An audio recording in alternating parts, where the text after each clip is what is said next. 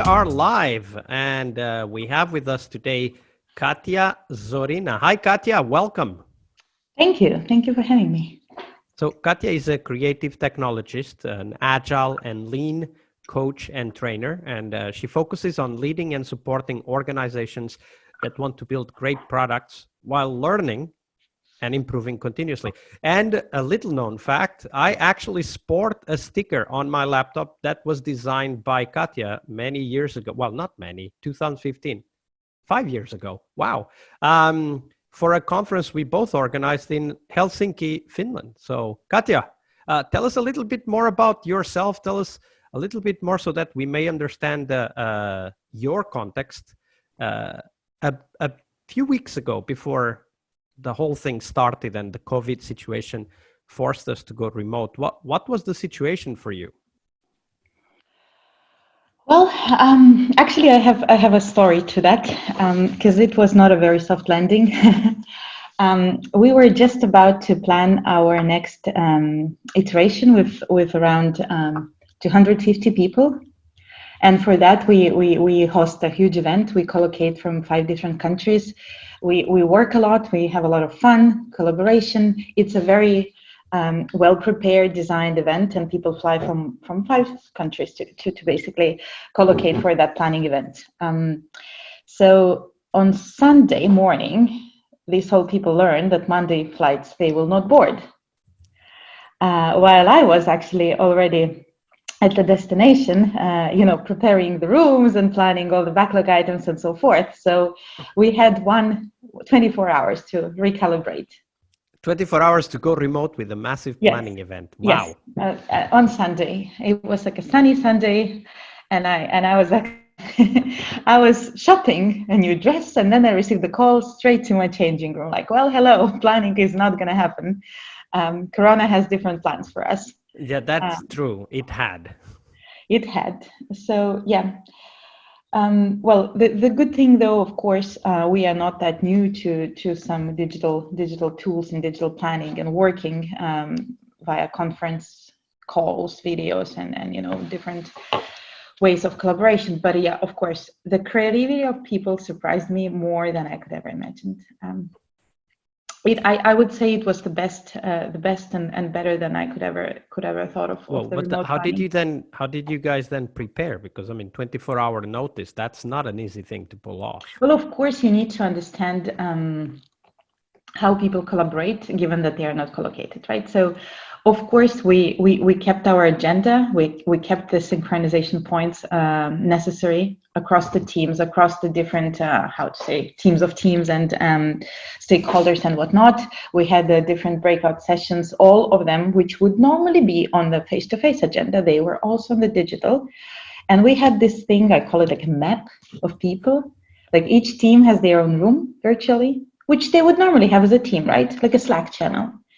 But this one would also have a link to the conference call on which team would always be present.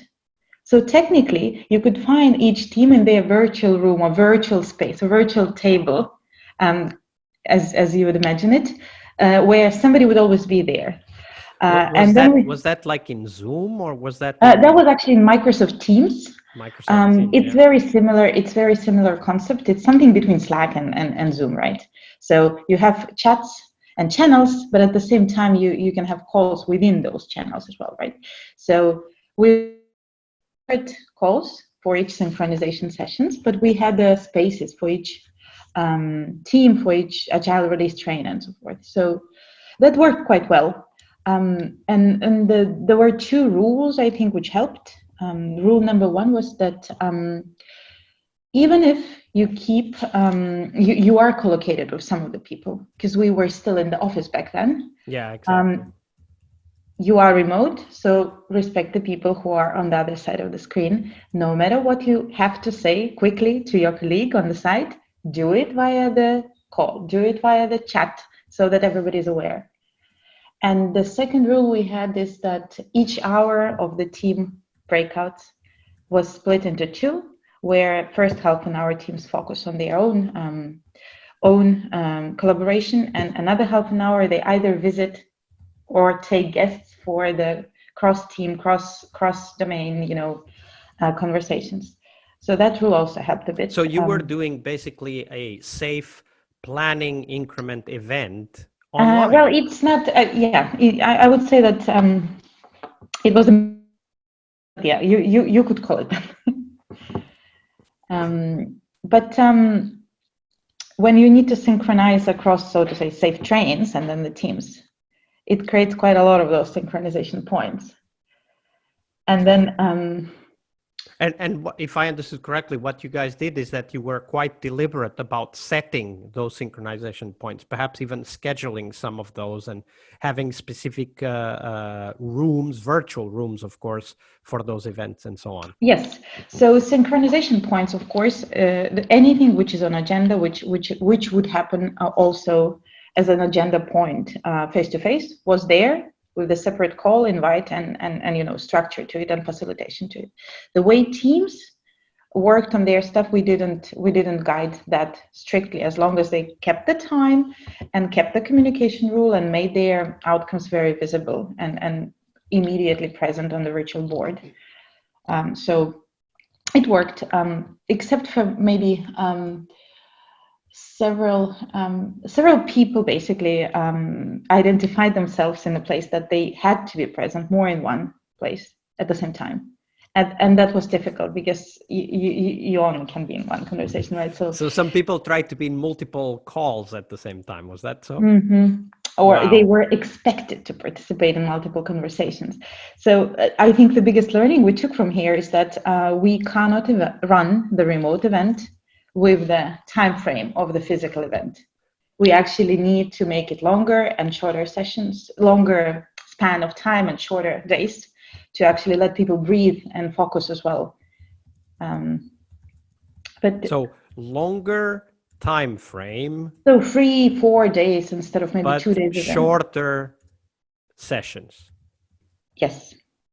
Wow. Well, I mean, I guess there's even a book in there, right? Because a lot of the shops that have adopted, let's call it large-scale agile sessions or large-scale agile frameworks like LESS and SAFe and Nexus and so on, they are all asking themselves, wait a minute, our next big room planning is coming.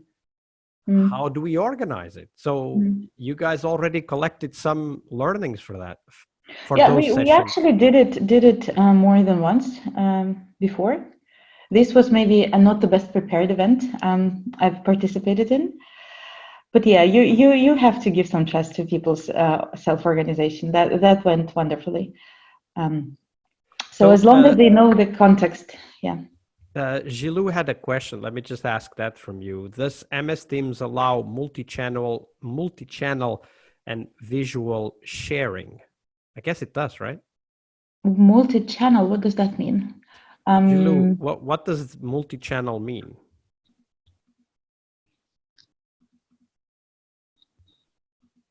He's typing. Multi-channels.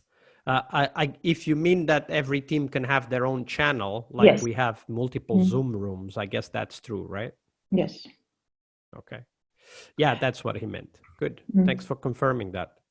So you had a big learning. We cannot run a remote event in the same time frame as we did a in-presence, physical, face-to-face event. But what else has changed since you guys couldn't travel anymore? I mean, we were talking on Twitter about the challenge of keeping Scrum Masters motivated now that there's a new reality. And by the way, everybody, I'm launching a poll now. The poll asks the question, what's the most difficult aspect of being a remote Scrum Master? So you can go there and provide your answer. If you're not a Scrum Master, just answer the question from the team member perspective as well. That's also valuable. So what have been the biggest changes to the way you work with your teams, Katja, since we went remote? Well, I think here it's not maybe directly translated to working with teams, but I think any company needs to a little bit recalibrate to adapt to this new reality, right? So when you think about your goals, about your ambitions, your deadlines, so to say, and any planned releases or you need to reconsider whether it's the best time, what you want to do with that, what are your expectations towards people contribution. Can you actually expect everybody to be 100% present? At all Or times. 100%, you know, what happens to our velocity? What happens to our throughput? How does that? Because this all is basically, we cannot just everybody connect remotely and expect that nothing changed, right? Many things have changed. We have dogs, cats, kids running around, and you have to understand that. And you also have to let people to have trust in them to actually be present at work, but also take care of their life. And of course, the worry and stress about our close ones, about our parents, that is all on the background. And here, I think the good and bad employer test will be very good for each of us. For anybody who is an employee, this is a very good time to see whether the employer actually cares. So this is the first thing I would start paying attention to. Okay, so do we take good care for our people? And Scrum Masters naturally are a very big part of that, because it's up to them how they want to play this, right? They can motivate the team and give them the trust and encourage them to, you know, have more flexible working time. Maybe set up some collaboration versus focus time, so that focus time people use in many different various ways they choose themselves to adapt to their you know, daily life. And of course, like revisiting your ambitions and not expecting them to be fulfilled with the same time frame. Maybe it's a good idea. The numbers, well, we looked at the numbers. We know our you know, throughput per team of teams, per, you know, Agile release train. You call it as whenever, I don't know, framework you are within there. But that is something considered, right? So if one team, let's say, delivers 10 user stories a sprint, can you actually trust that to continue or not, given that people are not fully present? Do you At actually least not need in to the beginning, recalibrate? right? Because if nothing else, we have some time to adapt to this new reality. So that is, for me, this is just like restart. And then you maybe play around with that for a couple of weeks and then see, okay, where are you actually with your reality, the new reality? What are the realistic numbers? Well, one of the things that comes to mind, of course, is the IT infrastructure. I was just talking with a friend in Portugal, and they were debating a week ago, actually. They were debating whether they should send everybody home or only part of the workforce home. And one of their major concerns was they weren't sure the VPN would hold up, right? They had to get more servers in order to be able to continue to serve their employees working from home using VPN. And it, you know, it's a very practical aspect of remote work, is that the infrastructure needs to be in place. Yes, absolutely. And VPN is of course a big part of it for many of us. And to build on top of that, actually, the larger organization you are, probably the more different environments, development, testing, whatever you have. And suddenly your, so to say, traffic jams might be in completely different place than you used to. So that is also worth stepping back and observing a bit, because let's say that we have handled the VPN problem. That shouldn't be that difficult, right?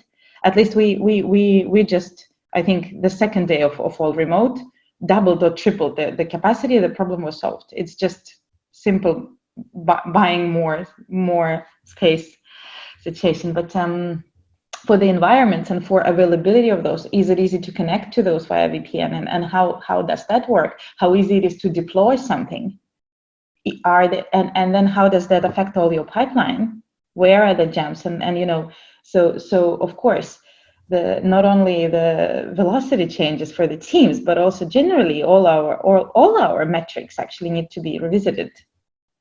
And then say that, okay, how long does it actually take us to deploy something or to get something done? So and that is I don't think it's a one-day job. You need to spend some time actually learning about that to then set the optimal around those values. So how about you, Katya? What has been the biggest challenge for you and the teams that you support?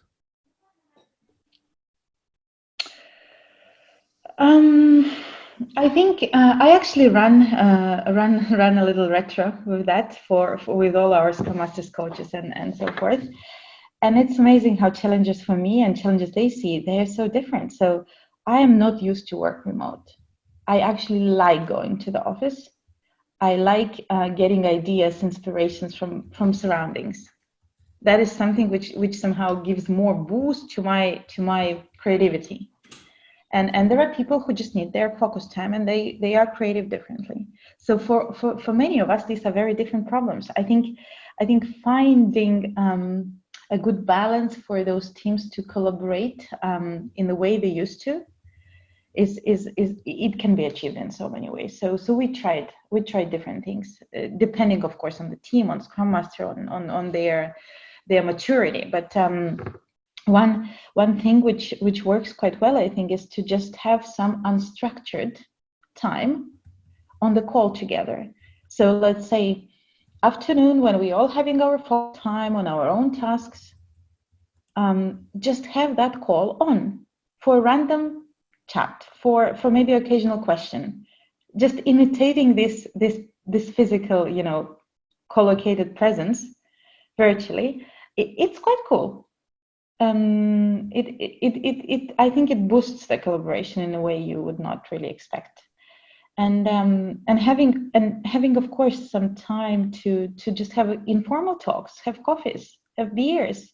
That's great, but I don't think people need encouragement on that. They are very good at doing that themselves, showing their cats and dogs to cameras, and that was tons of fun.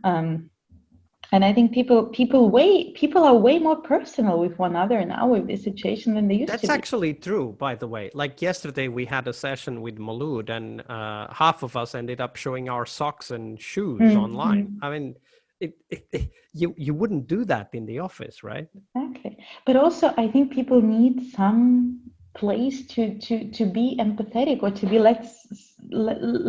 to talk about this new situation. We're all in the same pot. It's new for us all, right? So how do you make sure that your back doesn't hurt? That's relevant probably for most of us. Or how do you maintain your routines? Absolutely. My neck is hurting already from being online.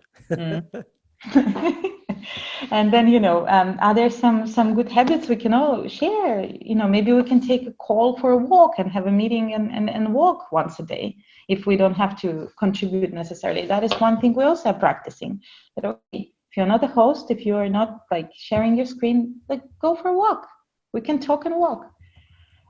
Especially in the dailies, right? In the daily stand-up, it's perfectly fine to walk around, and either at home or outside, because what you're reporting on is the things that you you're working on, and the things you will be working on.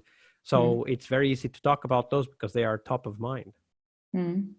Yep, and that worked really well. We've done this walking talks now all week. I really enjoy that, and it's also a little bit of a you can choose the time when not everybody else is outside doing their daily walk after 5 or 6 p.m. So Nadisha asks this question on Slack. We don't always know if we are being listened to, if the message has been received. Sometimes there's so much silence in the discussion. So that this is also, it's a new channel, right? We need to get used to this new channel. Katja, what have you guys experimented with to exactly tackle this, making sure that people are listened to and that the message registers on the other side? Well, of course, the video helps, right? Because when you see if your joke worked or not, you see if person is getting angry or frustrated or misfocused or doing something else.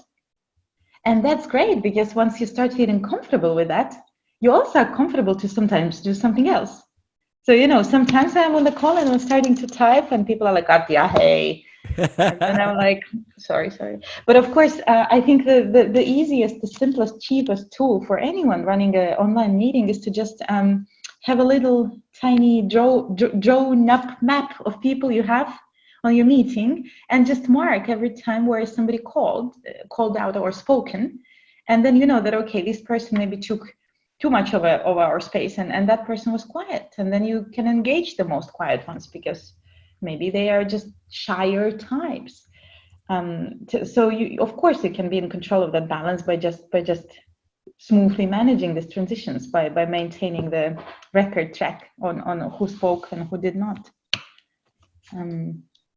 So If you, yeah, go I'm ahead. looking at the poll here, and the answer from the audience is that the biggest challenge of being a remote Scrum Master or team member is a lack of personal face-to-face contact.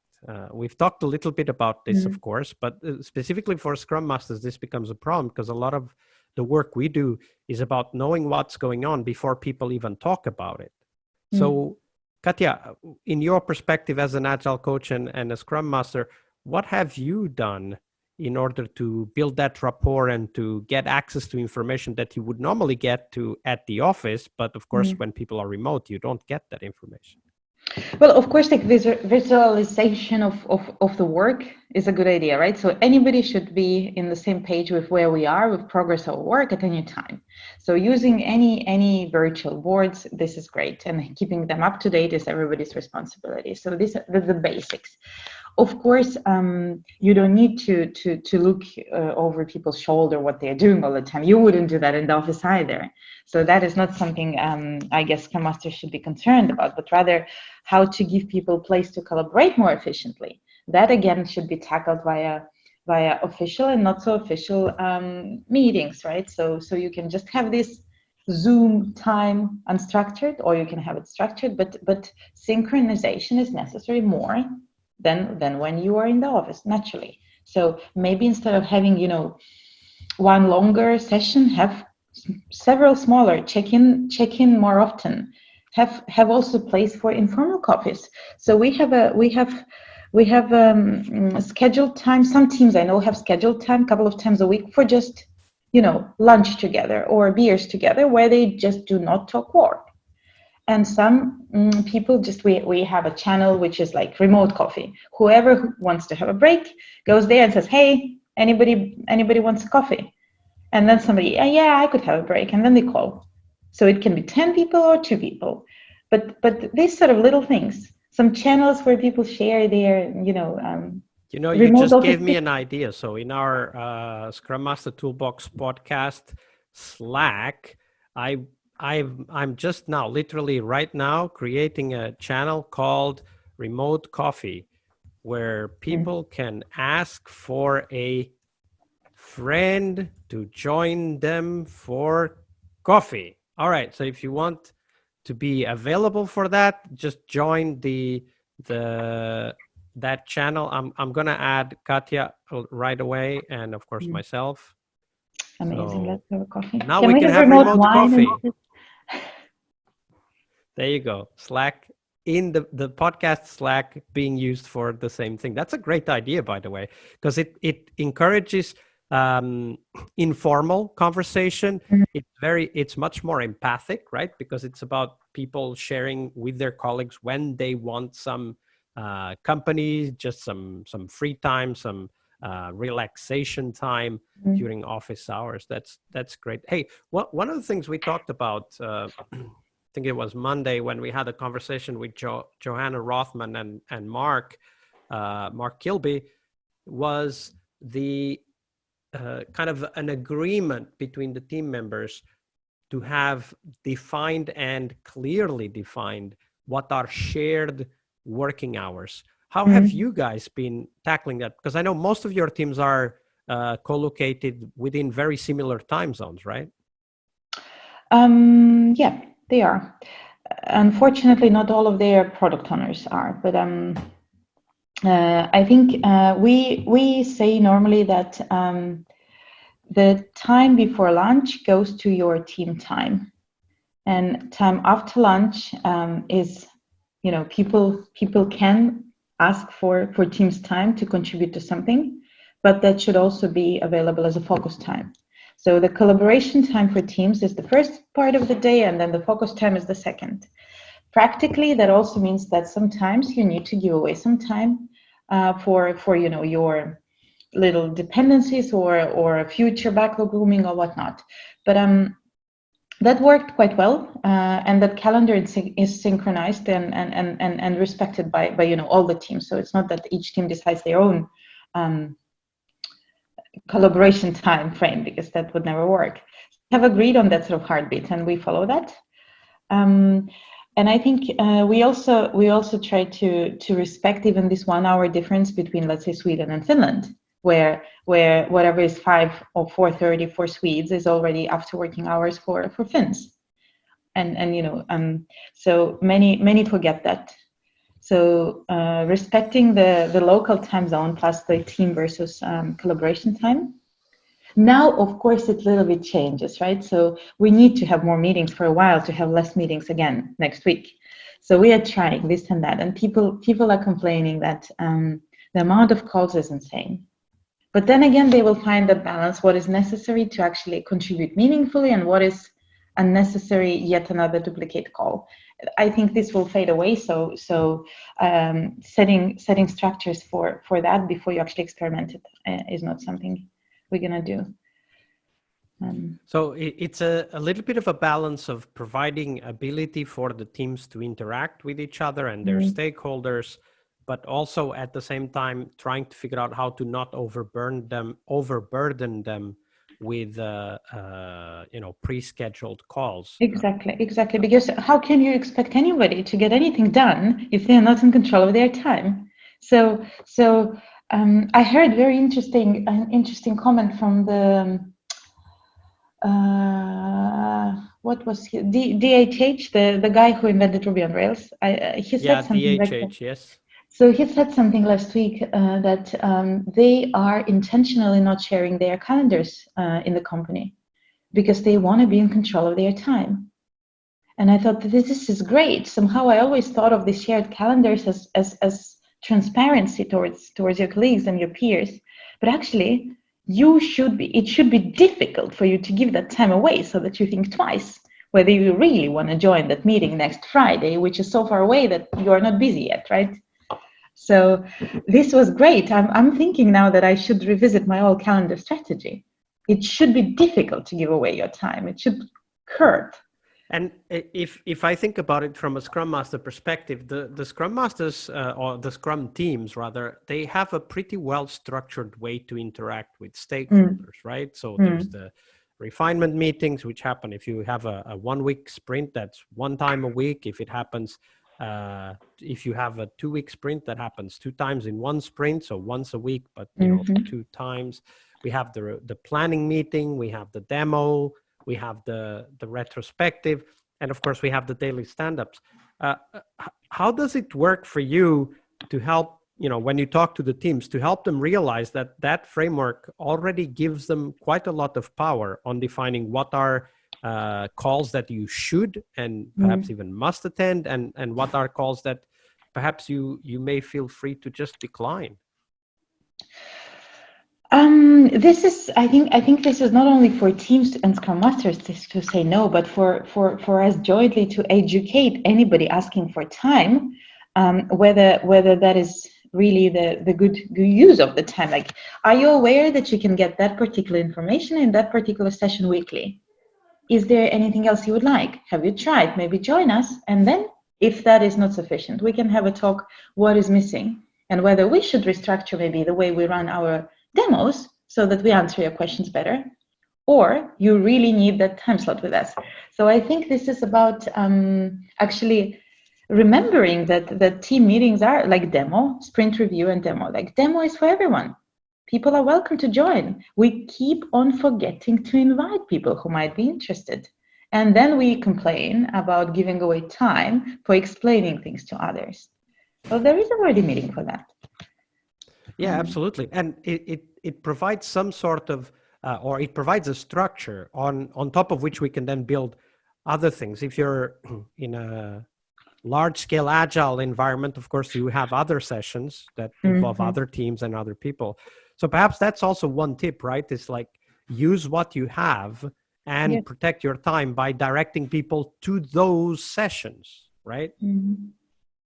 Absolutely, absolutely, and also demos I think are worth a separate even comment, because that is also like, I think most of us every second year forget the purpose of sprint review, that it's not only demo. There is this confusion about demos being demos, but that's not the only point. It's just a part of the review. So you could use that time more efficiently and facilitate it better. And this is something which Scrum Masters should actually be more innovative about in a way. How can we engage our stakeholders? How can we facilitate that feedback gathering so that we invest into future time saving as well, not only better products? All right, so we have a question from Gilou. One other difficulty as a Scrum Master is not being able to deal with the Slack anti-pattern when you have thousands of messages with lots of channels coming in. And of course, those messages are open for interpretation because, of course, they have very limited bandwidth. Textual conversations has very limited bandwidth. And all those new virtual messages were previously communicated face-to-face. So how to deal with that? How to deal with the reality that now, actually, it is a good thing to have a lot of communication on text, Slack or Teams or whatever your chat tool might be. But of course, that makes communication harder.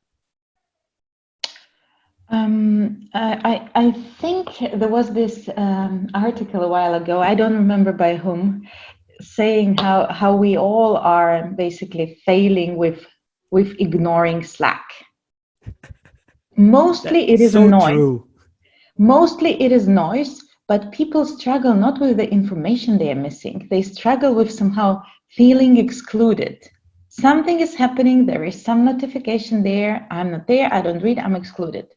So let me drop everything I do and switch my focus there, and then spend another half an hour getting back into the context, so I'm not the most productive individual, right? So I think teams also should be very conscious about how and what for they use Slack.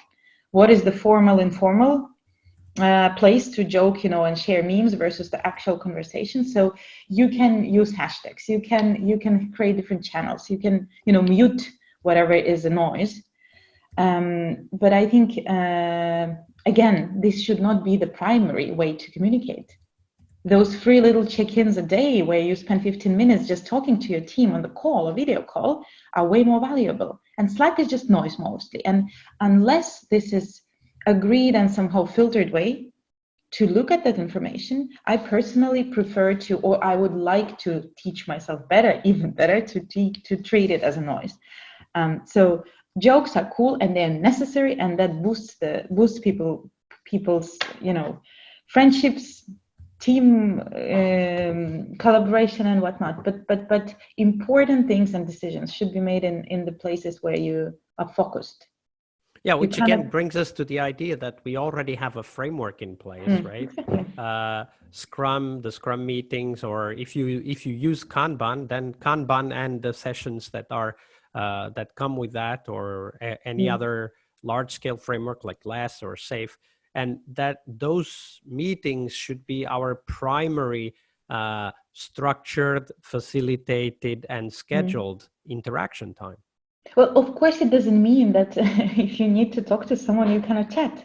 It just means that, okay, think twice whether this is the best.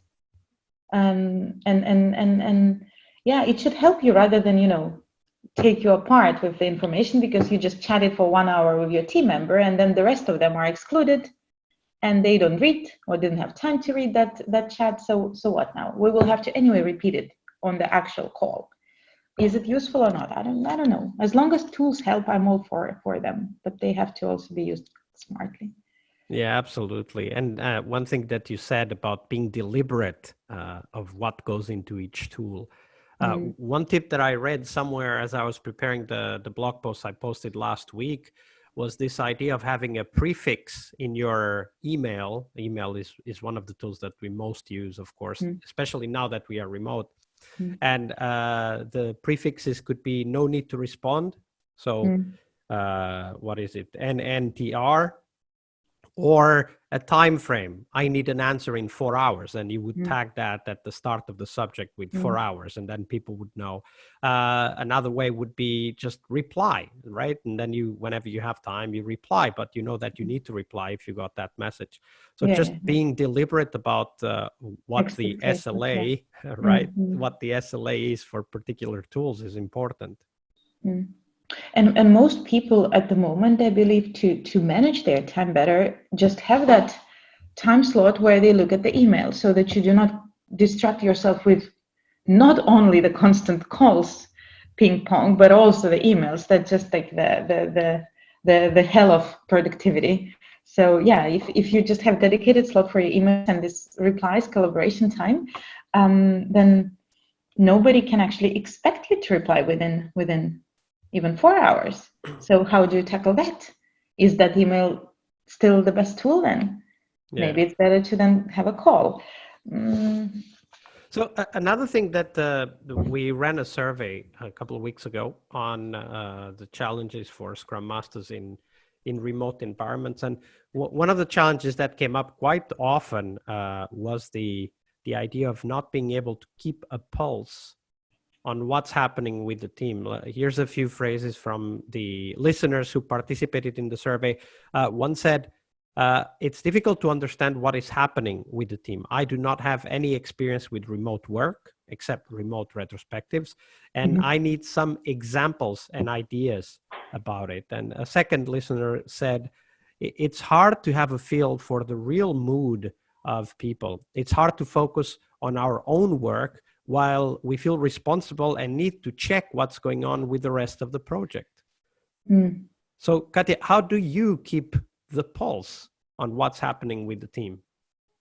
Well, of course, teams have their own, retros and stuff. But I think that generally, it's a good idea to have a small check-in at the beginning of every meeting and to just check whether people are present, how do they feel, and what's cooking before even starting.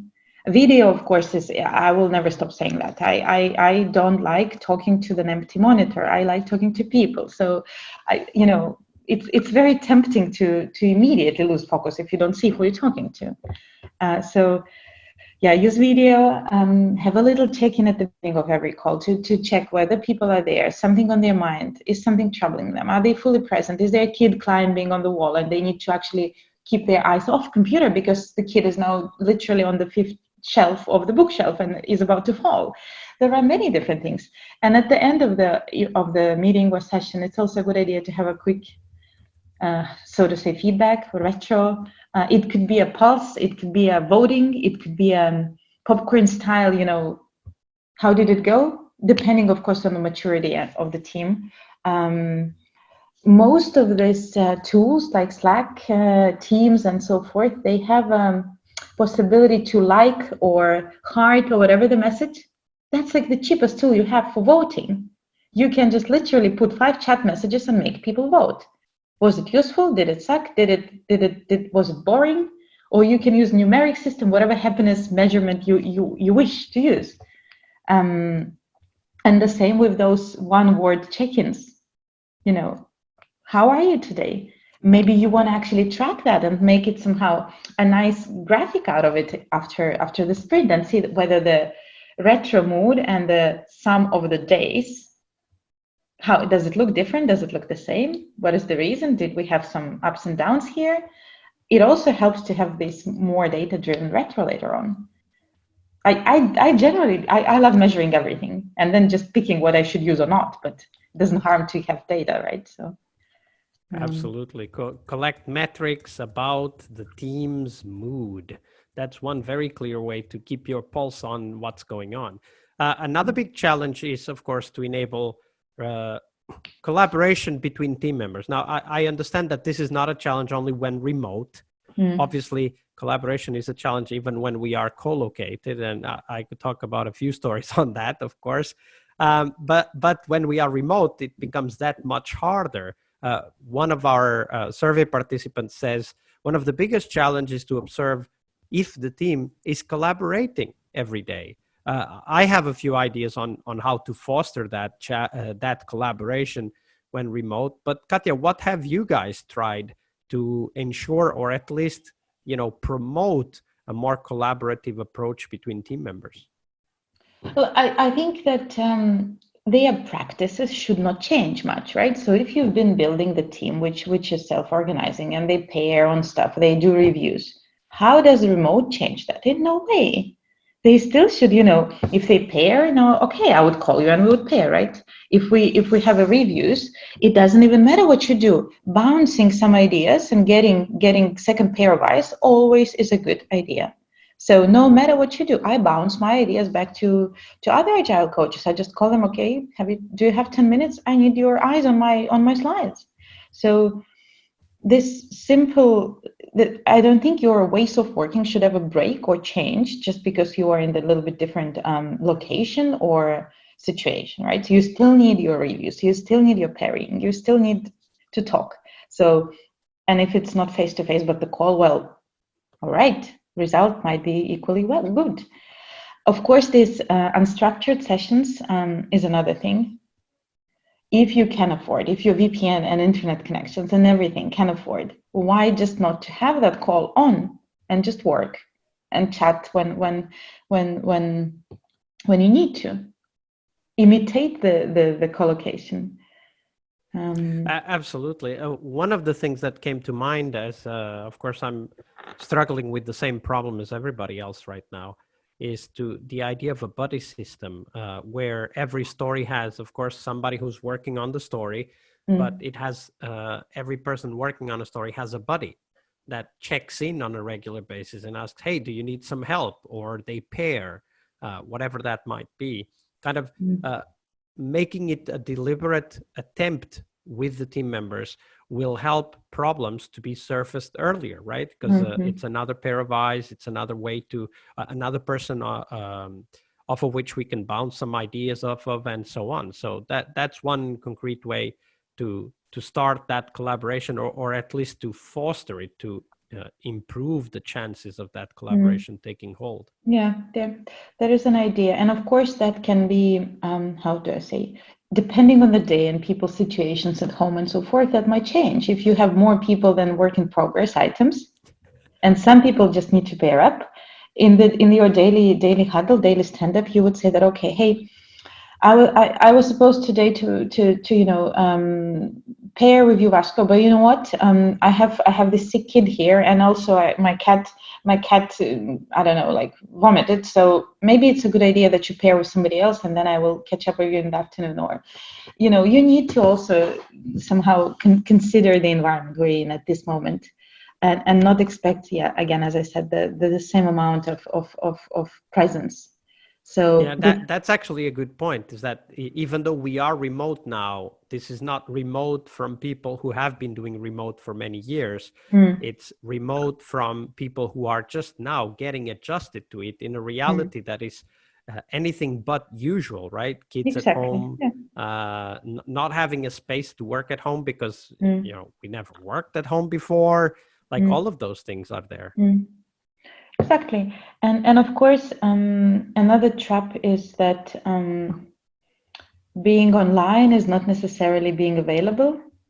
And that's another thing that, I see you being online, I see you being available, and I, or green little circle on whatever tool you use, and I somehow presume that you're just chilling there with your coffee, waiting for me to call with my questions.